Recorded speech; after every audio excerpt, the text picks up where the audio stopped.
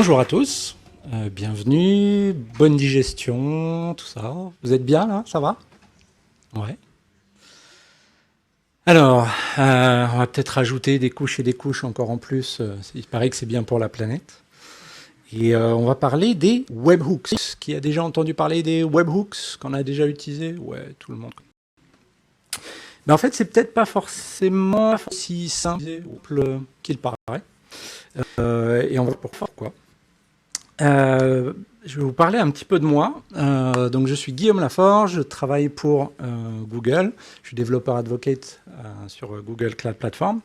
Et là, c'est une photo que j'ai fait hier. Et pour la petite histoire, en fait, j'étais étudiant à Orléans, donc ça me fait plaisir de revenir. À part que bon, ça fait genre 20 ans que j'étais pas revenu. Ça a un petit peu changé, mais il y a des trucs qui n'ont pas trop changé. Et donc j'avais fait ce qui est maintenant, je pense, le master d'informatique de l'Université d'Orléans. À l'époque, ça s'appelait un DESS. Et c'était d'ailleurs l'ouverture la première année où ils avaient ouvert ce DESS à Orléans. Donc j'ai essuyé les plâtres de cette nouvelle formation. J'ai mis la photo de la cathédrale parce qu'en fait, à cette je crois que ça existe en deux. Je crois que ça existe, et non, ça n'existe plus, c'est fini.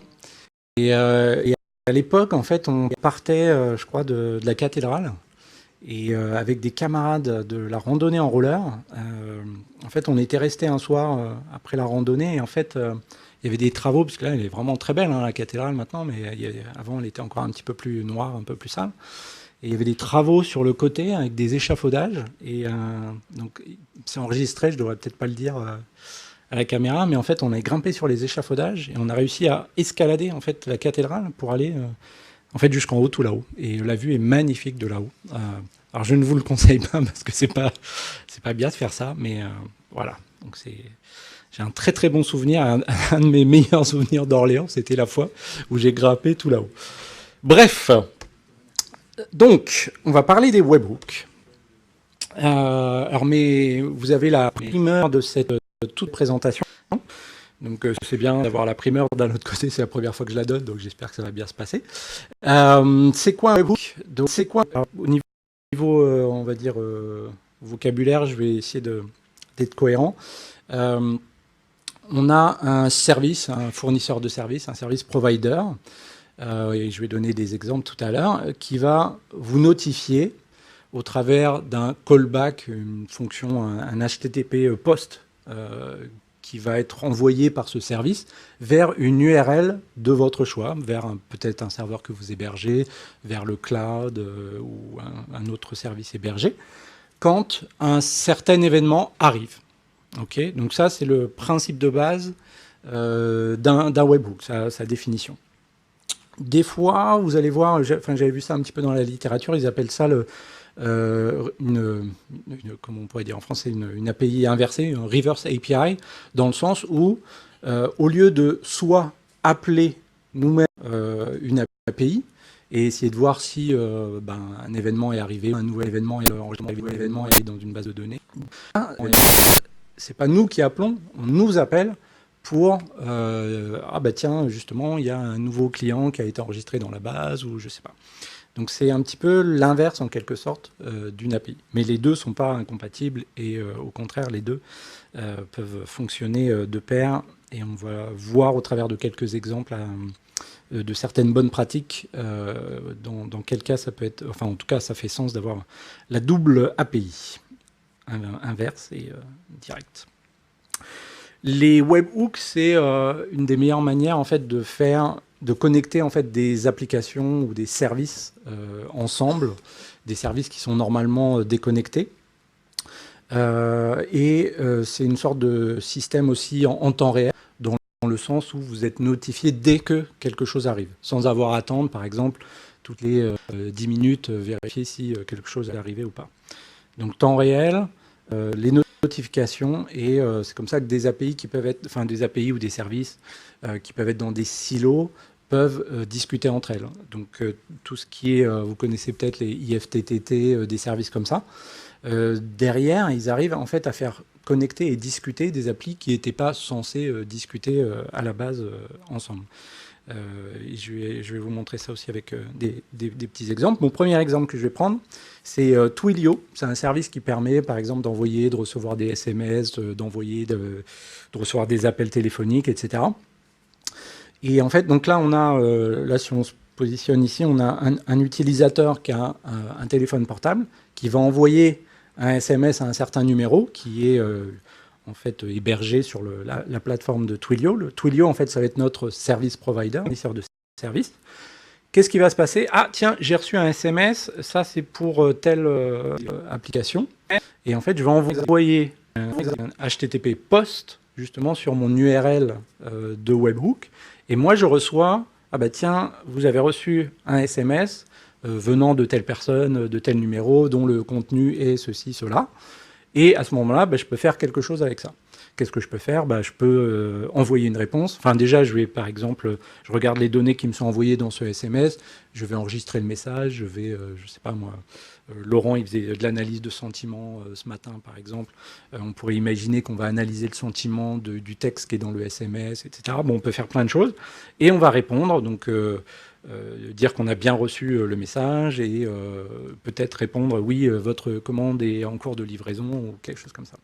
Donc là, ici, ce qu'on voit, cette partie-là, c'est vraiment la partie webhook. C'est-à-dire, on a défini chez Twilio, dans l'interface de Twilio, une URL qui va appeler, enfin, Twilio va appeler, et qui est dans notre application à nous, et on est notifié directement tout de suite dès que le SMS arrive. Donc c'est vraiment cette partie-là qui est cette notion de webhook. D'autres petits exemples assez courants de webhook, donc tout ce qui est paiement. Donc vous avez utilisé Stripe pour faire des paiements en ligne. Vous voulez recevoir l'information comme quoi quelqu'un, ça y est, c'est bon, a payé a acheté telle chose. Vous allez donc là c'est peut-être plus proche de l'exemple de Twilio, mais SendGrid ou Mailchimp, c'est des services qui vous permettent d'envoyer des emails, faire des mailing lists, faire du tracking aussi d'ouverture d'emails, des choses comme ça. Et ben SMS, justement, vous allez être notifié s'il y a un utilisateur qui a ouvert votre email, qui a cliqué sur d'autres, etc. Les messages pour rester dans la communication, mais avec des vrais utilisateurs. Quand vous utilisez, par exemple, les Google Home, des trucs comme ça, pour faire du chat vocal, demander à votre assistant quelle est la météo, etc. Derrière, il y a des outils qui existent, comme Dialogflow, qui permet de gérer en fait le dialogue entre l'utilisateur avec son device, là, et puis vous, derrière, votre back-end qui va aller regarder justement les informations météo d'Orléans, pourquoi pas. Et en fait, dans l'interface de cet outil, Dialogflow, on va pouvoir définir l'URL d'un webhook et on va pouvoir appeler le code qu'on hébergera, nous, ici ou ailleurs, pour justement aller vérifier le temps qu'il fait, la météo. Intercom, là, c'est des fois vous allez sur des sites web et vous voyez des petits pop-up de chat là en bas où il veut se proposer de vous aider à utiliser le site web et tout ça. Ça aussi, derrière, on a un système de webhook où on peut être notifié quand un utilisateur commence à utiliser cette espèce de petite fenêtre de chat intégrée. Et je vais finir aussi sur un autre exemple qui est tout ce qui est intégration continue. Donc les services du genre Travis CI, Circle CI, etc. Ils ont aussi cette notion de webhook où dans leur interface, on peut définir une URL qui va être appelée quand un build va se terminer. Donc le build se termine et ça y est, je suis notifié. Peut-être que moi derrière, si je veux faire du continuous deployment, ah oui, tiens, le build est fini. Il a fini de manière successful. Donc à ce moment-là, je peux déployer cette nouvelle version en production. Donc tout ça, c'est les webhooks, et il y en a vraiment partout dans beaucoup de services. Partout. Donc. On va citer quelques avantages. Donc je l'ai dit un petit peu en introduction. Donc premier avantage, je dirais, c'est cette notion de real-time, c'est-à-dire qu'on est notifié dès l'événement arrive. Donc ça, c'est plutôt sympa. Et aussi le fait que ce soit... en fait, on attend d'être appelé. Donc on n'a pas besoin de faire du polling, c'est-à-dire d'appeler toutes les 10 minutes.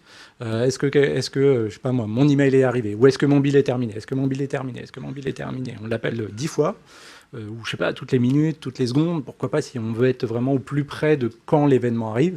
Donc forcément, quand on fait du polling, bah, ça a un coût en termes de CPU, de bande passante, non seulement pour l'utilisateur, enfin le client qui fait cette demande, mais aussi pour le service qui offre ce service, par exemple le build pour l'intégration continue. Et bah voilà, pour revenir un petit peu à la présentation précédente où justement on se dit qu'il y a des choses qu'on pourrait sinon ne pas faire pour être plus lean, etc. Bah, les webhooks, c'est sympa parce qu'on est appelé quand quelque chose arrive plutôt que bêtement utiliser du CPU et du réseau pour demander si quelque chose est arrivé. Donc là, ce principe de attendre d'être appelé plutôt que d'appeler, don't call us, we'll call you, c'est le Hollywood Principle. Vous avez peut-être déjà entendu parler de ça. Donc, mais appliqué voilà, pour cette... Oups, pourquoi ça part, mon image? C'est déconnecté ou quoi? L'écran bleu. Moi, je l'ai encore à l'écran. Hein. Qu'est-ce qui se passe? Tout est bien connecté pourtant. Et j'ai pas tiré sur le câble. J'ai pas donné un grand coup de pied comme ça. Non, non. Et bon, en attendant, je vais quand même... si, ça a l'air de revenir. Ouais. Non? Si. Bon. Je vais continuer quand même un petit peu en attendant. Et l'autre aspect, vous verrez l'image après. C'est... Oui, no calling. Donc, toujours dans le même esprit, le fait de broadcaster, c'est-à-dire quand quelque chose arrive, imaginons... dans les exemples que j'ai pris, je ne sais pas s'il y en a un qui est meilleur qu'un autre.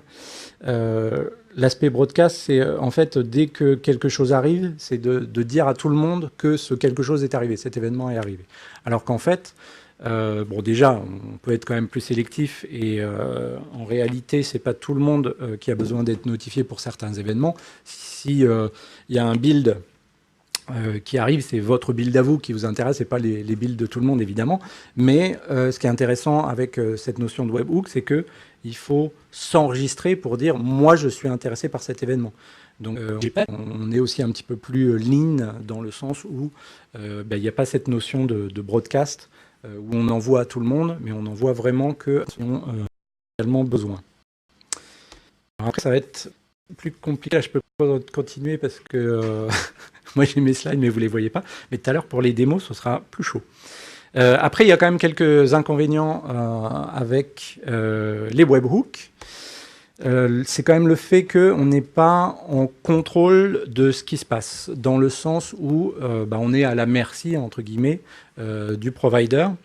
Tu veux que je réessaye quelque chose, moi, avec les... Parce que là, j'y ai pas touché. J'en ai d'autres. Je peux essayer d'autres adaptateurs.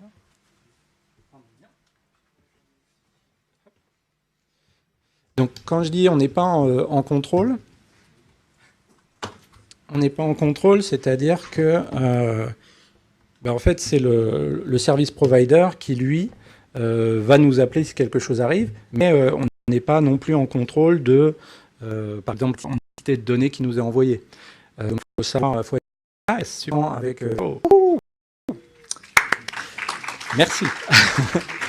Donc, il faut être, par exemple, si le service provider, il nous balance 10 mégas d'un événement qui est arrivé, ça peut peut-être être lourd. Donc, il faut être quand même capable de recevoir une telle quantité de données. Ou imaginons que pour une raison ou une autre, il va y avoir plein d'événements qui arrivent en même temps. Ça veut dire qu'il faut être aussi capable de scaler et de pouvoir recevoir autant d'événements d'un seul coup et de pouvoir les traiter. Donc après, c'est là où je vais y venir tout à l'heure. Il y a différentes bonnes pratiques à mettre en place pour pouvoir faire en sorte que ça se passe au mieux, bien qu'on ne soit pas en contrôle, vu que c'est vraiment le service provider qui va nous appeler et pas nous qui maîtrisons les appels auprès du service provider. Donc je vais vous faire une première petite démonstration avec un autre service provider, c'est GitHub. GitHub qui propose des hooks. Alors, je Donc là, je vais vous montrer. Bon, là, c'est juste un slide, mais après, je vous le montre dans l'interface. Quand vous allez, donc vous avez par exemple un repository ou une organisation. Là, c'est au niveau du repository. J'ai un repository et je vais être notifié dès que quelque chose arrive. Par exemple, ce qui va m'intéresser, c'est dès que quelqu'un pousse du code sur le repository Git, ou par exemple, j'ai reçu un pull request parce que c'est un projet open source et je veux builder automatiquement dès qu'il y a des pull requests pour voir. Après, ils ont des API, les check API, etc., pour vérifier que ça build correctement. Enfin bref, c'est une API GitHub qui est vraiment super riche et qui propose tout un tas de choses, d'événements différents par rapport à toute la vie de ce qui peut arriver sur vos repositories, vos organisations. Ou je sais pas, on pourrait imaginer, il y a chaque fois que quelqu'un appuie sur l'étoile pour dire ouais, je vais recevoir un repository. Vous pouvez aussi tweeter oh ouais, un tel a staré mon repository, puis vous êtes super fiers, et sur Twitter, vous avez plein de tweets disant que X a suivi mon repository, c'est super. Alors, je vais vous montrer ça. Hop, voilà. Alors, mon GitHub, il est par ici. Donc là, j'ai un petit... voilà, je grossis pour que ce soit lisible. Là, j'ai juste un petit repository qui est tout vide. Il n'y a pas grand-chose, hein, j'ai juste, on va dire, un README. Et je vais utiliser un premier service qui est intéressant. Alors oui, non, déjà, je vais vous montrer, je vais vous parler de ce petit outil. Ah, alors normalement, je continue avec les problèmes techniques. Normalement, je faisais du tethering avec mon téléphone et il devrait toujours tetherer. Paf, paf, paf. Est-ce qu'il tourne bien? Tiens, c'est bizarre, il avait arrêté le point d'accès automatiquement, je ne sais pas pourquoi. Le point d'accès, pas pourquoi. De mon téléphone. Il devrait. Pixel, pourquoi je ne le vois pas? Si, si, ça doit être lui. Hop. Donc, je vais recharger la page dès que c'est bon. Donc, mon repository, il est là.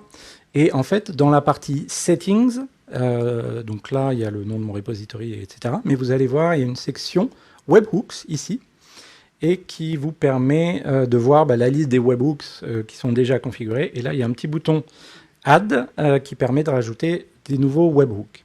Donc, c'est là qu'on va définir l'URL que GitHub va appeler dès qu'un événement arrive. Après, on peut choisir différents formats si on veut que les données qui arrivent soient sous un certain content type ou en JSON. On peut également, et je vais y revenir, je vais tout à l'heure sur les aspects de sécurité, on peut définir un secret, pouvoir signer le requête secrète et vérifier que c'est bien GitHub qui nous appelle.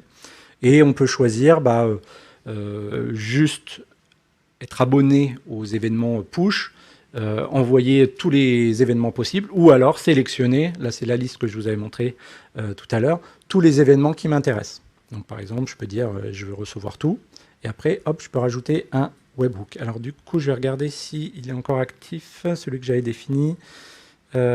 Celui-ci, requestbin, est-ce que c'est bien toujours la même adresse? Je pense. Alors, il y a un petit service qui s'appelle requestbin, qui vous permet, donc ça c'est l'URL qui a été généré automatiquement, ou alors je vais revenir sur requestbin pour que vous voyez au départ quand vous l'utilisez.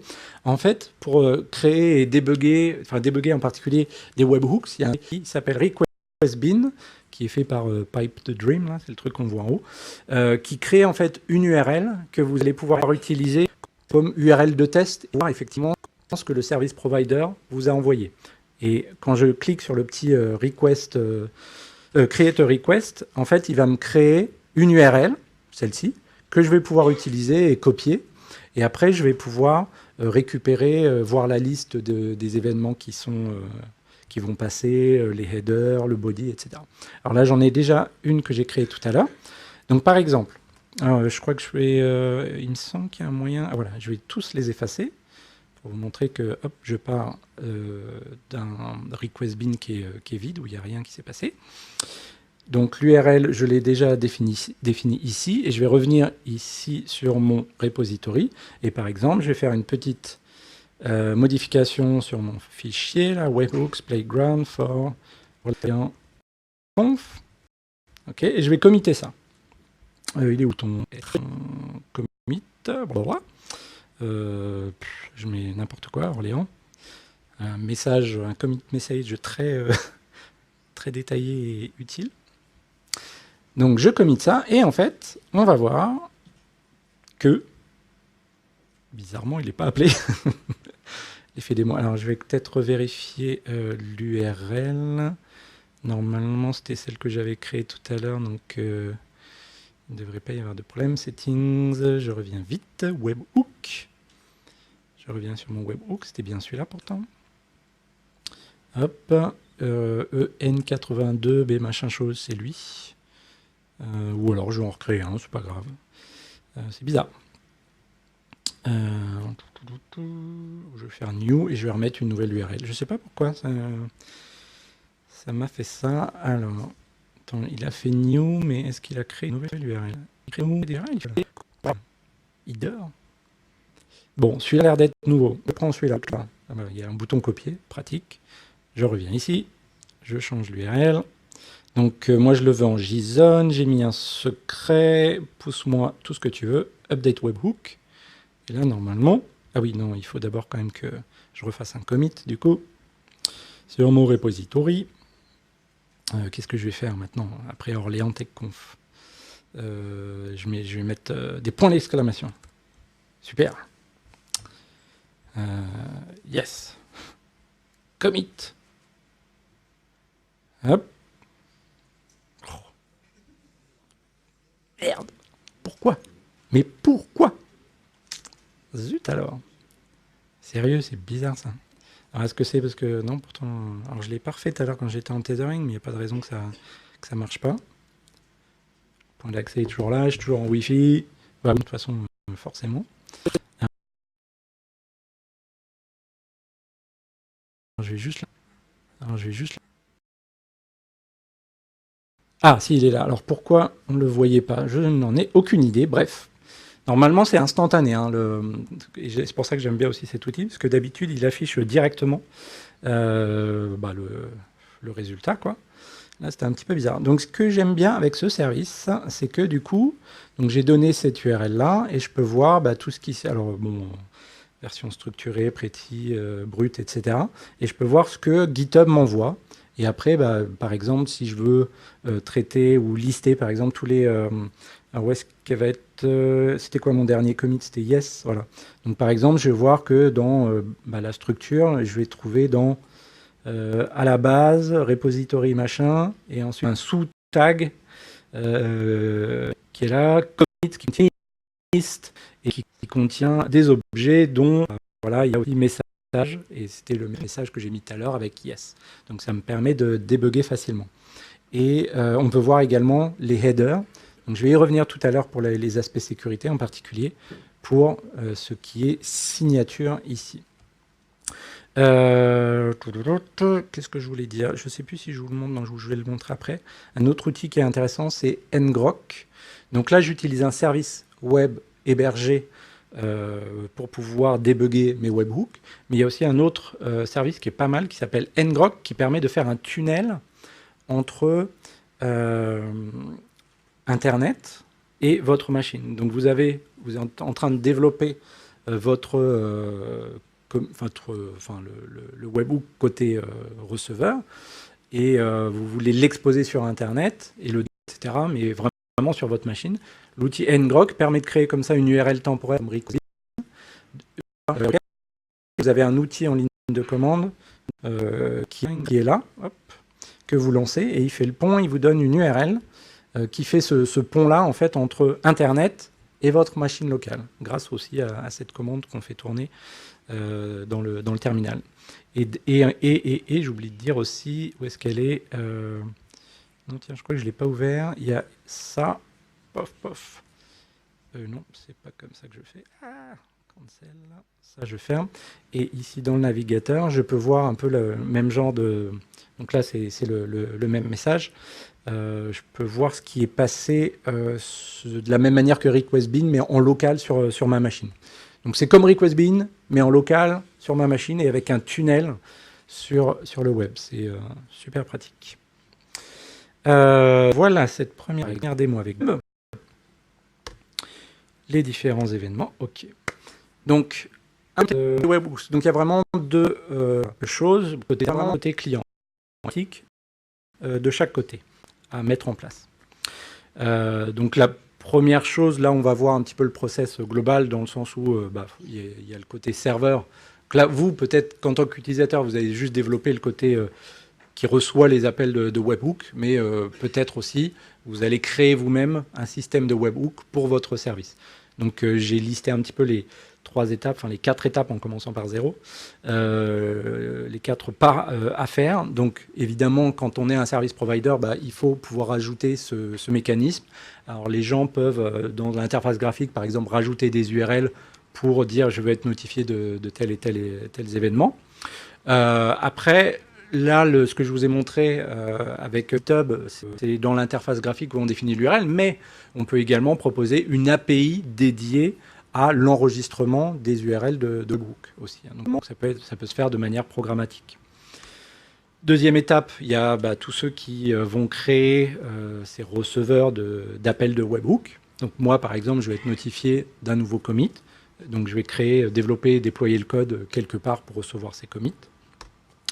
Je vais enregistrer cette URL auprès du service provider, donc soit par une API qui existe, mais il n'y a pas vraiment de standard là-dessus. En général, c'est spécifique à chaque plateforme. Soit UI, soit une API. Et enfin, dès qu'il y a des événements, le service provider va nous appeler pour nous notifier de ces événements. Donc, qu'est-ce qui va se passer quand le service provider nous appelle?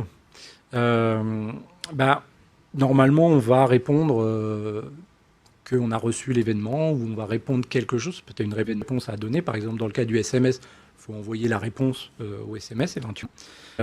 En général, c'est on envoie la réponse, mais avec code 200, pour dire tout s'est bien passé. Qu'est-ce qui se passe si votre code, enfin votre application, elle est en vrac? Peut-être que, ou si vous avez mal renseigné l'URL, vous allez peut-être avoir une 404, ou alors le serveur, s'il va pas bien, il va vous répondre avec une erreur 500. Donc dans ces cas-là, on considère que l'événement n'a pas été envoyé. Il n'y a pas eu de notification parce que vous n'avez pas été disponible à ce moment-là, pas été capable, ou il y a eu un problème. Du coup, vous n'avez pas pu éventuellement traiter l'événement. Donc qu'est-ce qui se passe dans ce cas-là? On va faire des retries. C'est-à-dire que GitHub va peut-être me renvoyer l'événement. Et ce qu'on fait, en fait, c'est plutôt que de me renvoyer l'événement, genre toutes les secondes, parce que tu l'as toujours pas reçu. Tu l'as toujours pas reçu. Attends, tu l'as toujours renvoie encore. Tu l'as toujours. Peut-être que ça va même subir.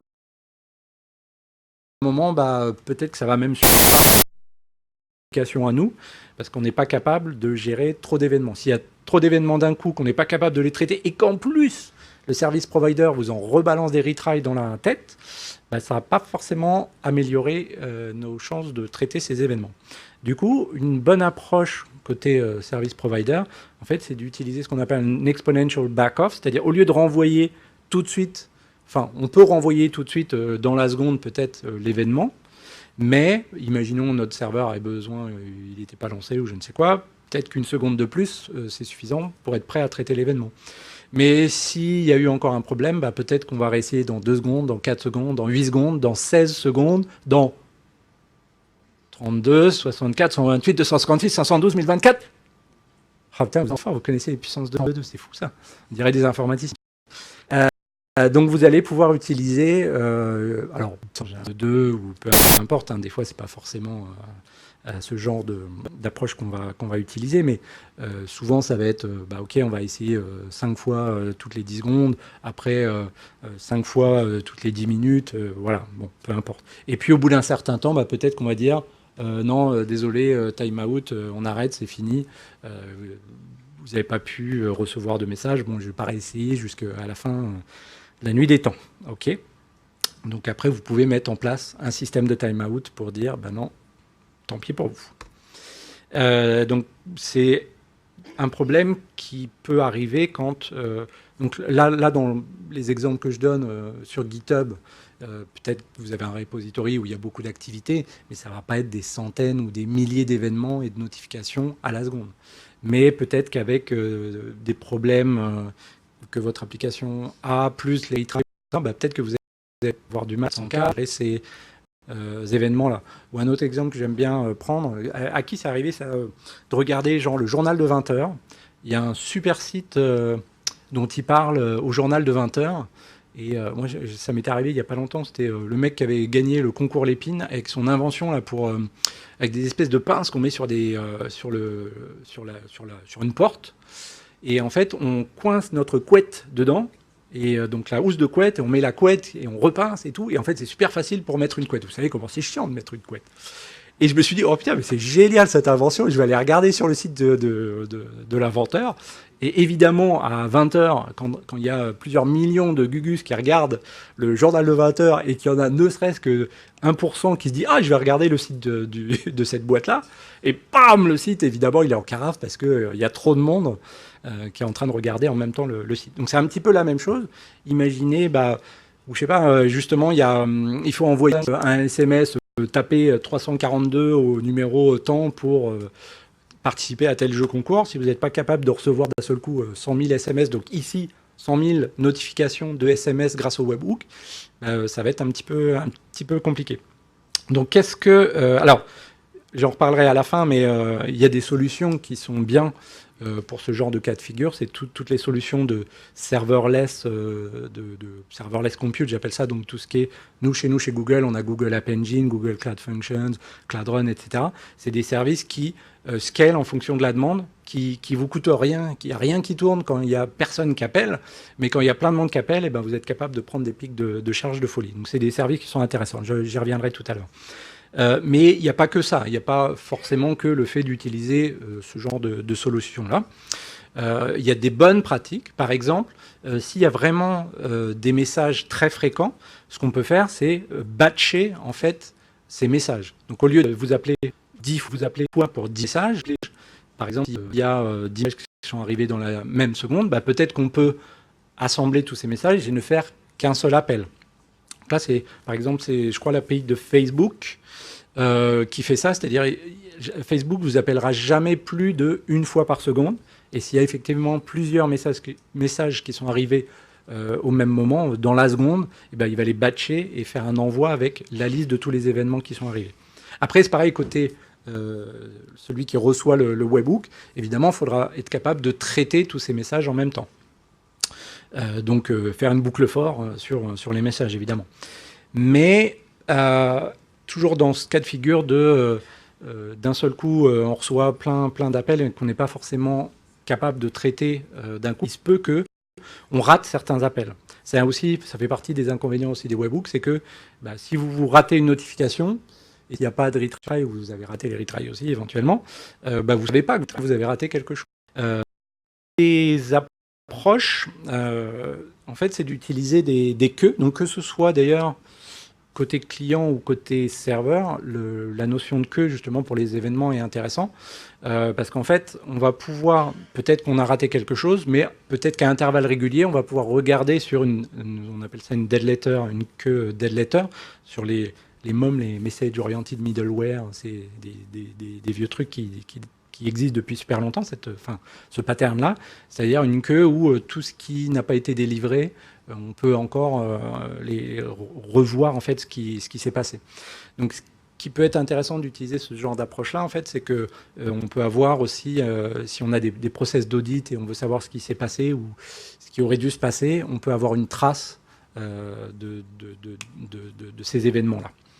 Et après, tout ce qui est là je vais mentionner tout ce PubSub. Donc, quand vous voyez le petit nuage, c'est les mots que je fais ma page de publicité. Et après, je reviens au bon principe. Comme moi, je travaille sur Google Cloud, j'utiliserai ce genre de service-là pour implémenter ma queue de messages. Donc PubSub, ça permet, vous n'êtes pas obligé de lire, hein, c'est juste pour le mentionner, ça permet de faire... de garantir la livraison d'un message, ça permet de faire même par exemple du replay de choses qui se sont passées sur une queue. Enfin, il y a tout un tas de fonctionnalités très riches, plutôt que de réinventer soi-même une queue pour le traitement des messages, que ce soit côté serveur quand on les envoie ou côté client quand on les reçoit. On peut utiliser un système pub-sub pour justement traiter au fil de l'eau ces messages. Et aussi pour découpler le moment où on reçoit la notification du moment où on la traite. Parce que, enfin, je vais y revenir après parce que c'est important sur la capacité de répondre rapidement. Quand on est webhook, il faut répondre au qui nous a notifié. Donc on a parlé justement des retries.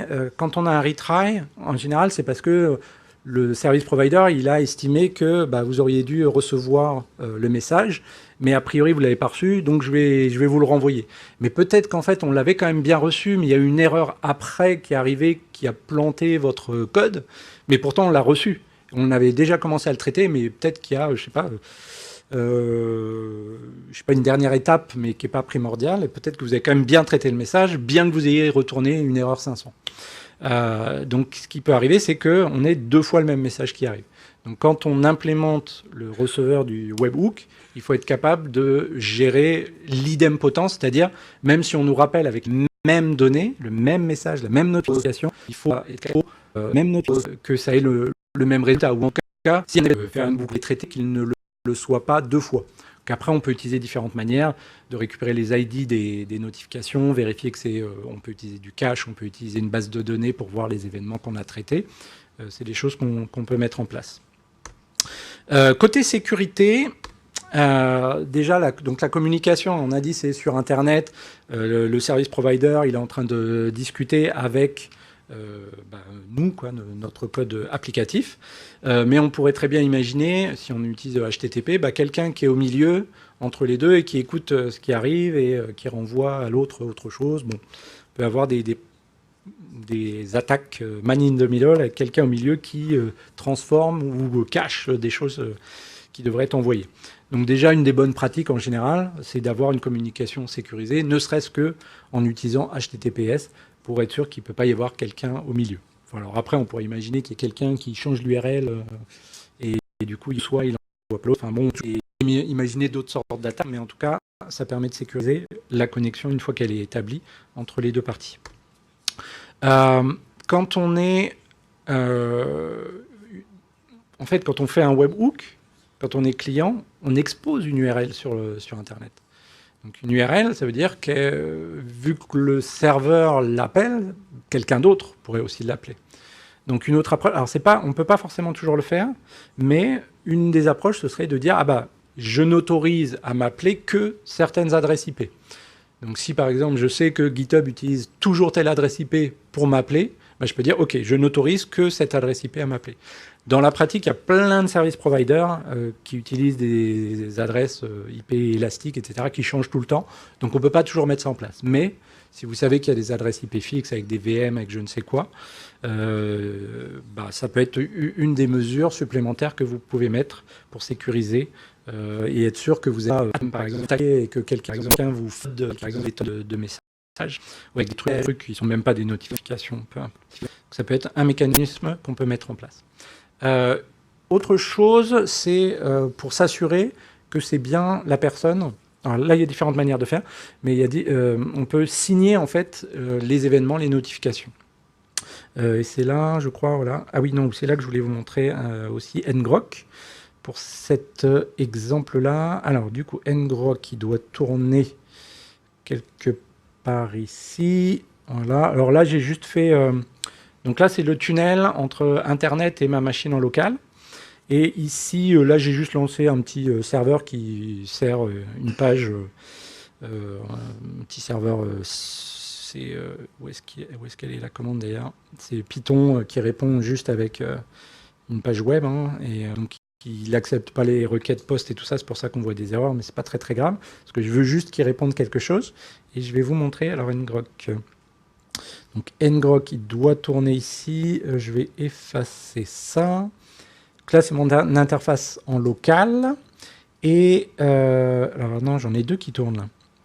Oui, non, c'est pareil. Donc je vais utiliser celui-là. Hop, je vais le mettre ici. Et donc j'ai besoin de l'URL qui est ici, qu'il m'a créé lui. Alors je vais vérifier si c'est la même que j'ai déjà configurée dans mes webhooks de mon repository GitHub. Settings. Les webhooks, ils sont ici. Alors, c'est quoi? Nanana, et c'est quoi, moi, mon URL? Si, ça a l'air d'être la bonne, donc ça devrait... donc, je vais le recréer. Comme ça, je suis juste sûr. Comme tout à l'heure, ça n'a pas marché. Je préfère le recréer. Donc, je remets mon URL. Ah, ben, je ne l'ai pas recopié. Si, elle est là. Je dis que je vais recevoir du JSON. Et là, je vais... C'est moi, utilisateur, qui définit mon secret. Mon secret, ça va être S-E-C-R-E-T. Chut, faut peut-être pas le dire, hein, secret. Et voilà, envoie-moi tout ce qu'il faut, et tout, et tout, et tout, et je rajoute mon webhook. Et là, hop, non, ça c'est tout à l'heure. Et là, j'ai reçu un appel post, alors hop, je grossis un petit peu pour que vous voyez mieux. L'appel post, donc là ça fait pareil que sur Requestbin, mais c'était juste pour vous montrer cet autre outil, ngrok, qui permet d'appeler ici en local. Donc normalement c'est celui-là. Et donc là c'est ce que GitHub m'a envoyé. Action deleted repository. C'est bizarre ça. J'espère qu'il m'a pas... J'ai pas... Enfin bon, peu importe. Et en fait, ce que je voulais vous montrer ici, c'est un champ XHub Signature. C'est marrant parce qu'il y a des requêtes carrées. Je ne sais pas ce que c'est. C'est quelqu'un qui a recopié le qui nous à la peau. Je ne sais pas. Bref, regardez ce header-là. XHub Signature SHA-1 égale et du SHA-1 ici. Et en fait, ce qui se passe, c'est que donc vous vous rappelez que il y a un champ secret que j'ai renseigné avec le texte secret. Et en fait, ce que fait GitHub, c'est il utilise mon secret pour signer un hash avec une fonction hashMac, et utilisé en SHA-1 pour l'encodage, pour le hash, pour faire en sorte que moi, je vais regarder le body. Non, c'est ce qui m'est envoyé. Non, d'ailleurs, attends. Non, c'est là, voilà. Hop, c'est pas ma réponse qui m'intéresse, c'est ce qui m'a été envoyé. Ça, c'est ce que GitHub m'a envoyé. Je vais prendre ça, copier, coller. Alors là, il y a un petit outil en ligne, mais on peut le faire. Parce que c'est plus sympa d'utiliser un truc qui fait déjà le calcul. Je copie, colle le corps, le body de ce qui m'a été envoyé. J'utilise la clé secrète, ma clé secrète, et j'utilise SHA-1 pour le hachage. Et je compute le hashMac, et ça me donne quelque chose, ici 52 DE machin chose. Et si je regarde, où est-ce que je dois regarder d'ailleurs? Dans les headers, donc les headers qui sont ici, le SHA-1 de la signature, c'est bien, je ne sais pas si c'est peut-être écrit un petit peu petit, mais vous me croirez sur parole, 52 DE, etc. Donc moi, je m'assure que en fait, il n'y a que GitHub qui connaît mon secret. Et du coup, ça veut dire que c'est forcément GitHub qui m'a répondu. Donc je sais que c'est bien eux et que c'est quelqu'un d'autre qui est en train de m'envoyer des trucs pas corrects. Donc voilà ngrok, Requestbin et les signatures. Et j'ai bientôt fini. Et puis de manière générale, donc tout ce qui est sécurité, il faut appliquer des bons principes, tout ce qui est... de la même manière que vous utilisez l'authentification, les autorisations, évidemment, c'est à mettre en place pour être sûr. Enfin, on peut, la sécurité, de toute façon, il y a toujours des choses qu'on peut faire, d'utiliser des tokens, des JWT, des trucs comme ça. Là, je ne vais pas rentrer dans le détail. Je vais finir sur quelques dernières bonnes pratiques aussi. Là, on a vu que GitHub, il envoie l'événement entier. Donc ça fait un beau bout de JSON, mais on peut imaginer que si c'est, je sais pas, une nouvelle image qui est arrivée, on va être notifié qu'une nouvelle image est arrivée. Si c'est ou une vidéo, il va pas nous envoyer les 33 gigas de la vidéo dans un HTTP post. Par contre, ce qu'on peut faire, c'est envoyer l'ID vers une vidéo qui a été stockée par un service de stockage de vidéos. Imaginons que YouTube nous notifie une nouvelle vidéo qui est rajoutée ou un truc comme ça. Je ne pense pas que ça existe, mais sait-on jamais. Je préfère qu'il me donne l'URL de cette vidéo qui a été rajoutée, ou l'ID, pour que ensuite moi, je puisse appeler l'API quand bon me semble, pour récupérer éventuellement la vidéo. Donc on envoie des métadonnées et non pas les données entières. Donc ça, c'était la référence to be or not to be, mais data or not data, au cas où. Il paraît que si on est obligé d'expliquer pourquoi on fait des blagues, c'est pas drôle, mais bon. Autre aspect important, les handlers de webhook, ceux qui reçoivent l'appel webhook, c'est mieux de répondre rapidement, parce que imaginons côté serveur, on a 10 000 personnes qui se sont abonnées. Si on attend, donc on fait une boucle sur tous ceux qui doivent recevoir des messages, et si on attend à chaque fois qu'on réponde dans les temps, bah, ça va peut-être faire mettre de plus en plus de temps et mettre de plus mieux que les webhooks répondent rapidement. Donc, vaut mieux que les webhooks répondent rapidement. Aussi, éventuellement, utilise des systèmes de queue de la même sorte que côté serveur, on peut le faire. Et j'aurais peut-être dû les inverser, ces deux slides. Et en fait, le handler qui reçoit la notification, idéalement, devrait ne rien faire et répondre rapidement. OK, 200, c'est bon, j'ai reçu l'événement. Mais par contre, le traitement de l'événement, le faire par ailleurs. Après, ça dépend. Des fois, il faut une réponse immédiate. Par exemple, le SMS, il faut que je renvoie la réponse immédiatement. Donc, ça dépend. Ça dépend pas mal des cas d'utilisation. Et un truc qui est pas mal pour découpler la réception du message de la tâche du traitement du message, c'est d'utiliser aussi des worker queues. Donc, par exemple, il y a le produit CloudTask, page pub, CloudTask qui permet justement d'avoir une série de workers capables de traiter meeting, de faire des failles, de faire des choses comme ça, ce qui peut être complémentaire à ce que vous pouvez faire avec des queues de type PubSub. Et vous pouvez définir autant de workers qui peuvent traiter ces messages. Et bon, bah, si personne n'appelle, imaginons vous avez plein de serveurs, enfin vous avez un serveur qui tourne sans arrêt alors que vous avez un message, une notification par jour, ça va vous coûter peut-être pas un bras, mais c'est peut-être juste une petite VM, mais vaut mieux utiliser des choses comme des solutions serverless qui sont appelées et qui ne vous coûtent que proportionnellement à l'utilisation. C'est là où je refais une autre petite page de pub avec les services de serverless de Google Cloud, comme Cloud Functions, Google App Engine ou Cloud Run, qui sont réveillés quand il y a des notifications qui arrivent, des appels HTTP qui arrivent, ou des événements sur une queue PubSub, des choses comme ça.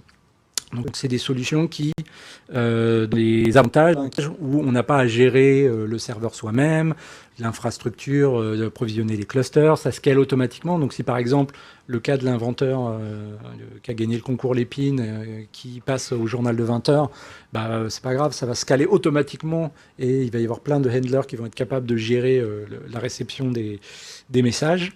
Et puis l'aspect paiement proportionnel à l'usage qui est assez intéressant plutôt que d'avoir quelque chose qui tourne en permanence. Donc là, je suis déjà un peu hors du temps, mais je voulais juste vous montrer comme ça vite fait sans forcément le faire tourner. Là, par exemple, alors là, c'est en tout petit, on va mettre en plus gros. Je m'étais fait aussi une petite fonction qui fait juste que de répondre le header et le body, ça fait un écho, c'est tout ce que ça fait. Mais une fonction, ça se déploie, c'est juste quelques lignes de code qu'on peut déployer dans un service comme Google Cloud Functions et suivre GetStarted. Et suivre. Comme j'ai pris plus de temps que je pensais, je ne vais pas penser à mon voilà, si on s'est appelé au besoin, ça ne vous coûte rien, etc. Donc en résumé, plein de bonnes pratiques aussi bien côté client, côté serveur. Donc là, je ne fais que relister tout ce que je vous ai dit. Et en fait, on se rend compte que les webhooks, bien que ça paraisse, on dirait que c'est un truc assez simple, le principe, le fait qu'on nous appelle plutôt que nous, on polle une API, ben en fait, on s'aperçoit que c'est un petit peu plus compliqué, aussi bien côté serveur que côté client. Donc il y a des bonnes pratiques, des bonnes choses éventuellement à mettre en place si on veut avoir des webhooks qui marchent très bien. Donc je vais mettre, je vous l'affiche là ici, cette URL-là, j'ai déjà mis mes slides en ligne. Non, alors je vais faire comme ça. Ici, speakerdeck.com, j'ai la forge et vous verrez toutes mes présentations à cette adresse-là. Donc retenez juste speakerdeck.com/j'ai la forge et vous retrouvez toutes les ressources que j'ai citées, que j'ai à la fin de mes slides. Voilà, merci beaucoup.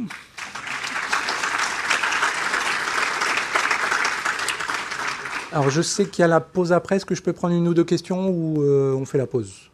Parce que je vois un bras levé quand même. Oui, oui. Une. Yes! J'ai une question. Bonjour, Bonjour. j'ai une question très simple parce que je voulais utiliser ça. Mhm. Mais comment ça se passe avec tout ce qui est bot, crawler et DDoS? Parce que en Ouais. gros, j'allume ça sur mon site, je mets en place un webhook. Supposons que je peux pas mettre de signature pour vérifier qui c'est. Mais même dans le cas où je mets une signature, je reçois quand même un appel, donc ça spawn quand même une fonction serverless. Donc, comment est-ce qu'on fait dans ces cas-là pour pas être Ouais. facturé pour des clients qu'on va pas Citer comme quelques mécanismes, peut-être que tu n'as pas forcément à citer comme quelques mécanismes, peut-être que tu peux pas forcément les mettre en place, IP whitelisting, des choses comme ça. Après, il y a aussi, par exemple, enfin nous chez Google, on a des systèmes de protection en paire partie DDoS qui reconnaît certains types d'appels et qui fait que éventuellement ça n'appellera pas forcément directement ton code. Après, mais bon, ça c'est si tu héberges ça chez nous. Hein. Donc effectivement, oui, on peut quand même imaginer des cas de figure où, malgré les différentes choses, si tu fais pas du request signing, si tu fais pas, enfin, ou même si tu fais du request signing, mais que quelqu'un t'appelle, mais avec un truc qui a pas la bonne signature, tu es quand même effectivement appelé. Donc, faut essayer au maximum de mettre des mesures de l'IP whitelisting, de mettre des firewalls en place, des choses comme ça, si c'est possible. Après, voilà, faut firewall, IP whitelisting, qu'est-ce qu'on pourrait mettre en place certains services, comme je te dis, rajoutent des protections anti-DDoS. Ouais. Merci. De rien.